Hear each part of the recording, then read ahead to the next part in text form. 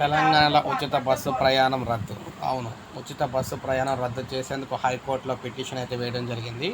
మహిళలకు ఉచిత బస్సు ప్రయాణంపై హైకోర్టులో పిటిషన్ అయితే వేశారు.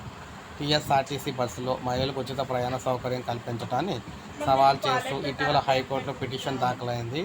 నూతన ప్రభుత్వం ఏర్పాటాక గత ఏడాది డిసెంబర్ 8న జారీ చేసిన జీవో 47ను సవాల్ చేస్తూ హరేందర్ కుమార్ అనే ప్రైవేటు ఉద్యోగి ప్రజా ప్రయోజన వాద్యం దాఖలు చేశారు. కేంద్ర చట్టాల ప్రకారం ఏర్పాటైన ఆర్టీసీలో మహిళలకు ఉచిత ప్రయాణ సౌకర్యం కల్పిస్తూ జీవో జారీ చేసే అధికారం రాష్ట్ర ప్రభుత్వానికి లేదు. ఇది విపక్షతో కూడుకున్న నిర్ణయం. ఉచితంతో బస్సులో ప్రయాణికుల సంఖ్య పెరిగింది. అవసరాల కోసం వెళ్లే ప్రయాణికులకు ఇబ్బందులు అయితే ఎదురవుతున్నాయని వ్యాజ్యంలో పేర్కొన్నారు. ప్రతివాదులుగా రవాణా శాఖ ముఖ్య కార్యదర్శి, ఆర్టీసీ చైర్మన్తో పాటు కేంద్ర ప్రభుత్వాన్ని కూడా చేర్చారు. ప్రస్తుతం ఈ పిటిషన్ రిజిస్ట్రీ పరిశీలనలో అయితే ఉందన్నమాట.